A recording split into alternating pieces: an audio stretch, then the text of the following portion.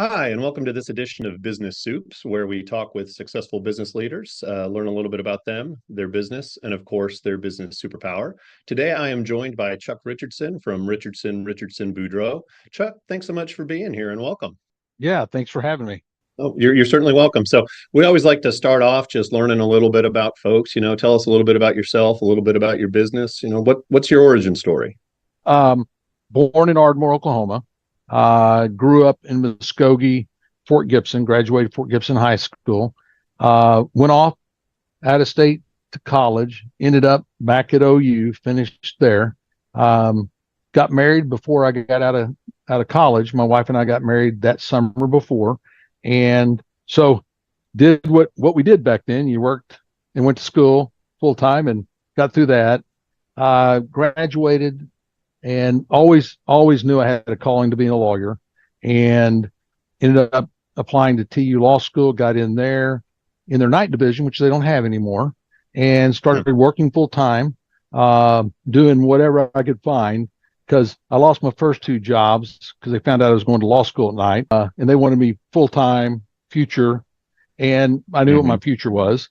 Ended up starting at the DA's office as an intern for $5 an hour, and going to law school at night, finished semester early, stayed on at the DA's office, and then was fortunate enough to come and work with my dad, who has started a law firm after leaving the U.S. Attorney's office. He'd been appointed by Reagan for Eastern Oklahoma and came here, was here about 6 years, and Keating appointed me to finish the term of Judge LaFortune, who was the DA at the time.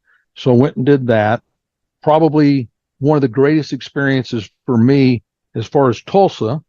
I also went to what's called the Jerry Spence Trial College, an incredible college for lawyers. It's 3 weeks long, up in the mountains. I'm now a teacher there, and have the practice here. I'm now the managing partner, and our oldest son is one of the associates, and we're growing, thriving, and really enjoying this chapter of life. So, what kind of law do you all practice? We primarily do personal injury, and that means a lot. So we do everything from a simple car wreck to medical malpractice, doctors make mistakes, to nursing home abuse, neglect, and then any type of injury. So slip and falls if they involve a surgery. We do motorcycle, semi, products liability. We do a little bit of criminal defense, which is kind of hard to get away from. And then that's probably 99% of our practice. The med mal's a little different because of the way the system's set up. But one of my partners defended hospitals and doctors for years and joined me about 17 years ago. And so he's got that experience, and we have a full-time nurse. So it's got about 30 years of experience. So do it's you a do different both area. sides of medical malpractice? Do you do both? I'm sorry, I talked over you there. Do you do both sides of the medical malpractice, or just the person who's been injured? Just the person that's been injured. I think it's impossible to do both sides, because you either have a sympathy and empathy for your client, and if that client's an individual, or you have sold out to an insurance company and they don't want you having sympathy and empathy. And it would be hard to have sympathy and empathy if you're always trying to not give people the money they deserve. And sometimes there's claims made that don't deserve any money, but if they are, and there's a lot of good men and women that defend insurance companies. There's nothing against them, but you do develop a different perspective than you do if you are a plaintiff's lawyer. One of them's a really, really good lawyer, but even he says there's that pool. So that way we don't have a conflict within ourselves. Okay. No, that makes sense. So what is it about personal injury that drew you to specializing there, or was it already set up that way when your father started the practice and you just kind of morphed into it? Yeah, when I joined the practice, we really did a lot of different things. Some of our biggest jury verdicts are not even in the personal injury arena, which we have those too. Because Dad kind of set it up to where we were pretty much all things to all people. And so we started narrowing it down somewhat. And then about 10 years ago, Dad kind of handed the reins over to me, and still with kind of his hand on them, which I understand. He built the place, and he's why it's been successful. And we started changing that. And in the last couple of years, we've gotten to where that's really where our focus is, because it's really what we're good at. And it's an opportunity to help people. And typically they're people that can't help themselves because they're drawn into an environment where insurance companies are about maximizing their profits. They don't really care. And that's a business model. That's not a human model. That's a business model. And they don't have someone that's willing to stand in the gap and fight for them and for what they deserve. And also it's an opportunity for them to get healed. I mean, they get the medical attention they need. We try to get them to seek the psychological treatment that they need, whether it's a pastor, counselor, or just with their friends. Because when they leave here having their case resolved, we want them to be financially healthy and we want them to be emotionally healthy, because that money then pays dividends. That's fantastic. And I love what you said there from a business perspective of focusing in on what you're good at, because I talk to so many business owners out there who try to be all things to all people, and they're going out hunting for big game with a shotgun, and you just don't get a whole lot of luck when you're going out hunting for big game with a shotgun. So really being able to figure out what you're hunting and then using the right the right tool to win that makes a whole lot of sense. So I love that you said that. And then of course the heart to help people too, I think is fantastic.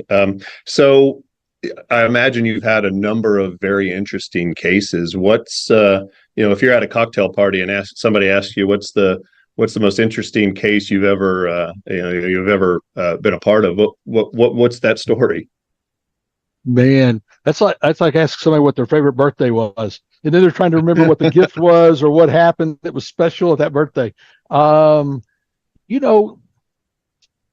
would say the one that got me, that really was quite an experience, was a case we had against Walmart.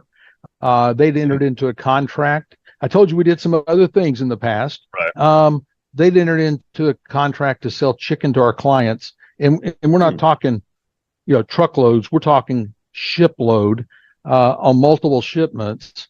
And come to find out, Walmart's trying to buy the chicken to fulfill our orders from us. So it's their own chicken. Oh, wow.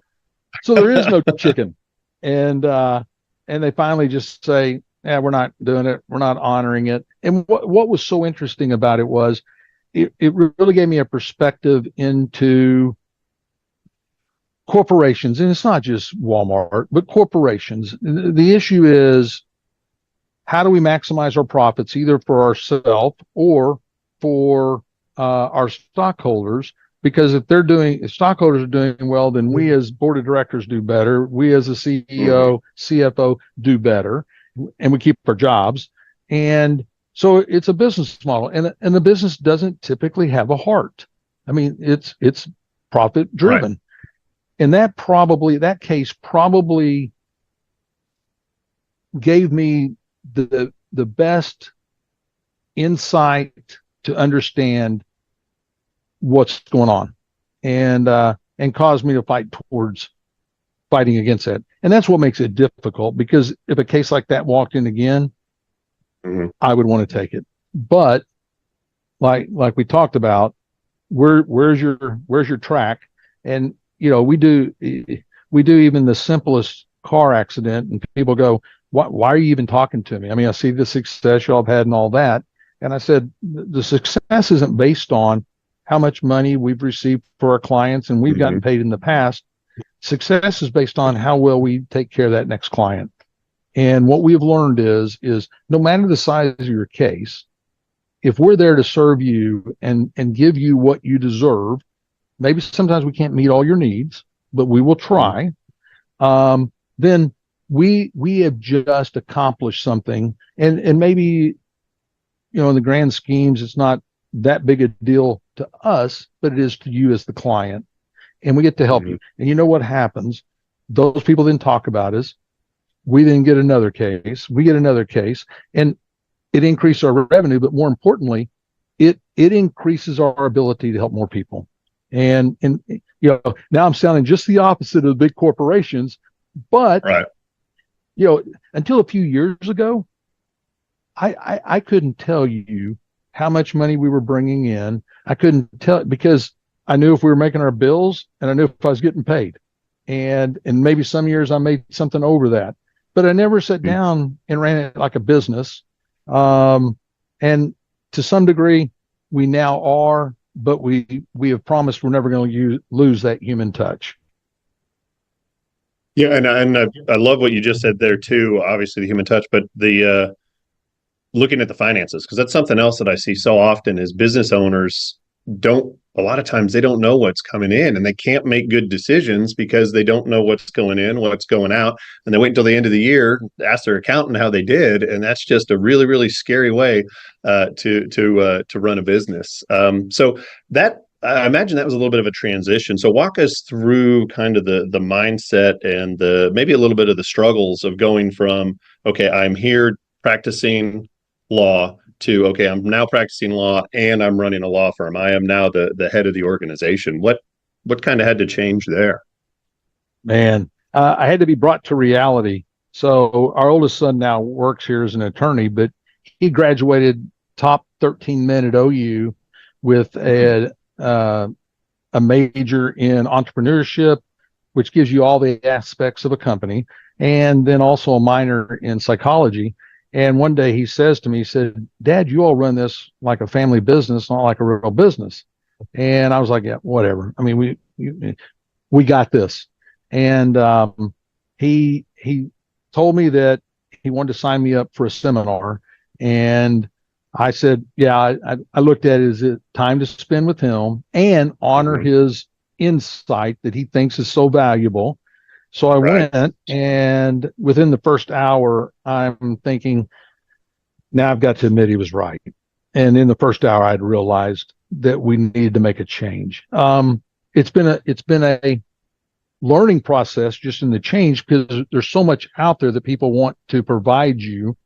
And so we got into one agreement that was a 2-year agreement, and quite honestly, probably wasn't value-wise worth what we spent, but it's what changed our mindset and caused us to start looking at options we'd never looked at before.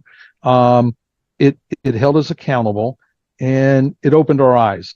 And we've just entered with a new company, which is really, the dividends are really paying off when it comes to how the office is running. And it's going to take us probably 6 months to a year to get where we need to be.